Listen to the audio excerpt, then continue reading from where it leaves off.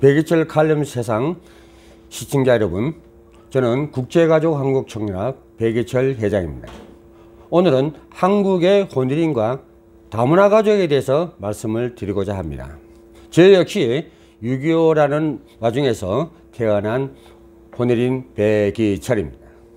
제가 이 세상에서 이방인으로 살아온 제 1호이기 때문에 지금의 국제결혼에서 태어나는 다문화 가족들, 자녀들을 보면 사랑스럽고 이해가 가고 저들이 앞으로 사회에 어떻게 적응할 것인가, 이것이 국가에서 관심을 갖고 배려를 하고 정책적인 것이 나와야만이 지속적으로 한국 땅에 살면서 상처를 입지 않을 것입니다. 그러면 우리의 역사적 배경은 어디서부터 왔는가?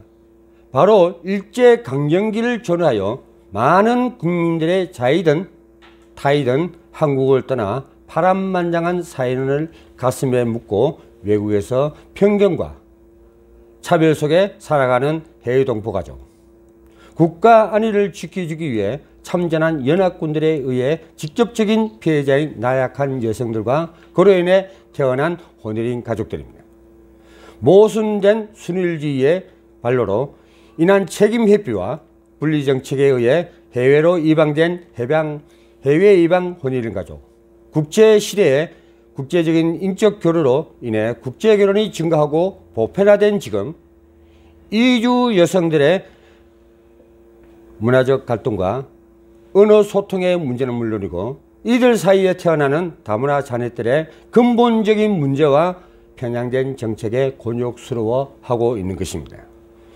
국제결혼 가족과 귀화 외국인 가족들은 국가와 사회의 무관심과 사회의 경직된 의식으로 편견과 차별에 의해 상상하지 못할 고통과 치욕에 감내하면서 질곡의 삶을 살아오고 있습니다.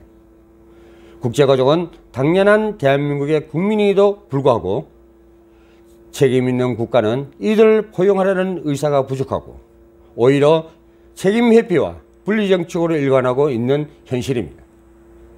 해외 동포의 자유로운 모국 방문 왕래와 제한되고 혼혈인에 대한 편견과 냉대와 해외 이방인의 국적 지위 불인정, 국제결혼 가정의 보호 시스템의 부재 등으로 국가와 사회에서는 편견과 부당한 처우를 받으면서 극심한 소외감 속에서 살아오고 있는 현실입니다.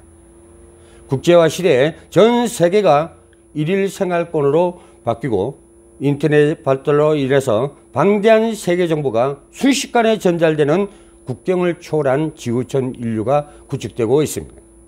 국제교류가 활발하게 지면서 국제결혼이 생소하지 않고 날로 증가 추세에 이르면서 2050년대는 자녀만 100만 시대가 됩니다. 그러면은 그 부모를 합치면은 400만에서 500만의 다문화 가족이 태어난다는 사실입니다. 국제가족에 대한 문제는 긍정과 부정의 양면성을 갖고 문제 제기와 충돌을 경험했습니다. 이는 국적 취득을 국민의 구성욕구로 보는 선진국과는 달리 순혈주의를 주장하며 정보 단절 시대에 일방적이고 책임 회피적인 강권에 의해 잘못된 정보의 전달로 국민의식의 부정적인 측면만 쌓이며 의식화된 결과뿐입니다. 역사 이래 국가와 국가 간의 교육과 인간의 교류 전쟁 등으로 자이든 타이든 인적 교류는 이어져 왔으며 우리나라는 지리적 여건에 의해 주로 동양계 교류는 많이 있었으나 별다른 이질적인 의식을 찾을 수가 없었습니다.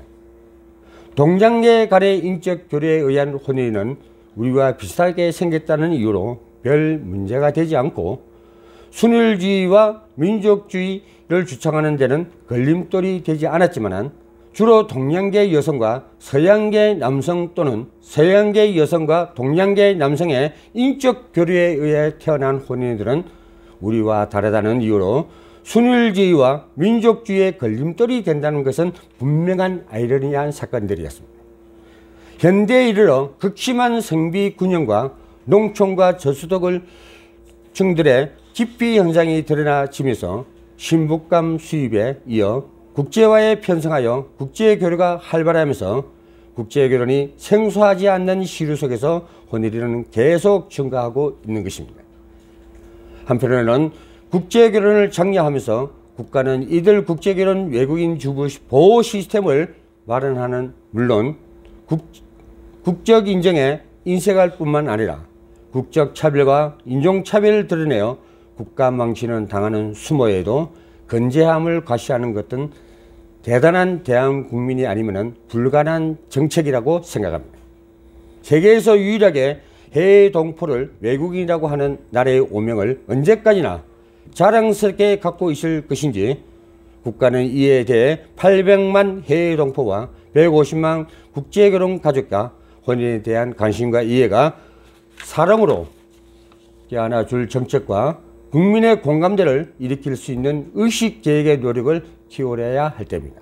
아무리 좋은 제도를 가지고 있고 법이 있다 하더라도 안 지키는 데는 재갈이 없습니다.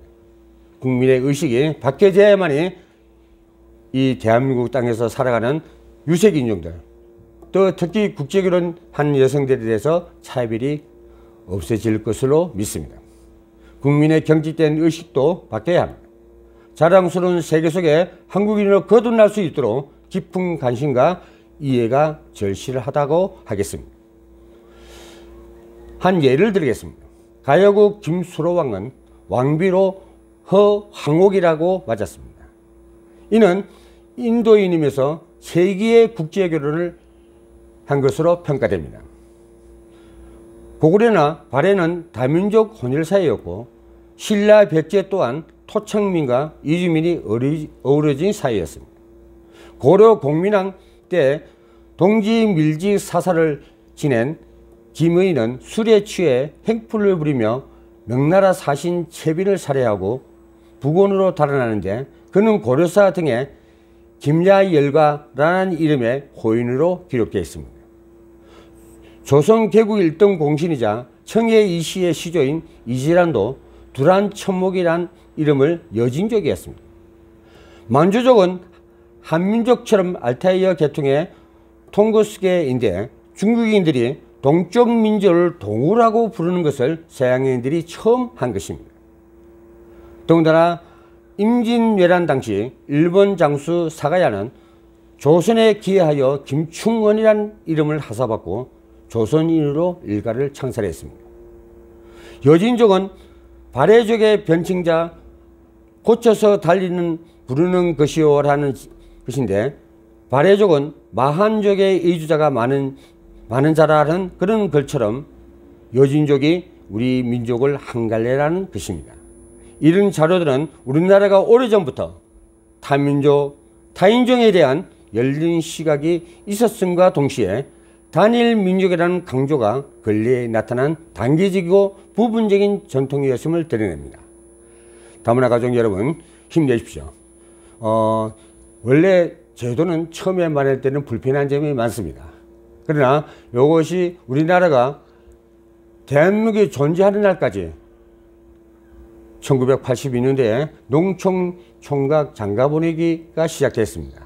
그래서 정책적이나 제도적이나 미흡한 점이 참 많았습니다. 그러나 이제 가면 갈수록 다문화 가족이 대한민국에서는 국제결혼은 계속 일어난다는 사실입니다. 여러분 힘내시고 앞으로도 내 얼굴이 좀 다르다고 해서 기죽거나 세심하지 마십시오. 그리고 힘을 내시고 여러분이 바로 아시아의 글로벌의 인재들입니다. 부전자원이기 때문에 여러분들이 갖고 있는 각 소신들을 사명들을 잘 감당하셔서 우리나라에 꼭 쓰임받는 여러분들이 되시기를 당부드리겠습니다. 시청자 여러분 대단히 감사합니다. 다음 시간에는 다문화 정책에 대해서 말씀을 드리겠습니다.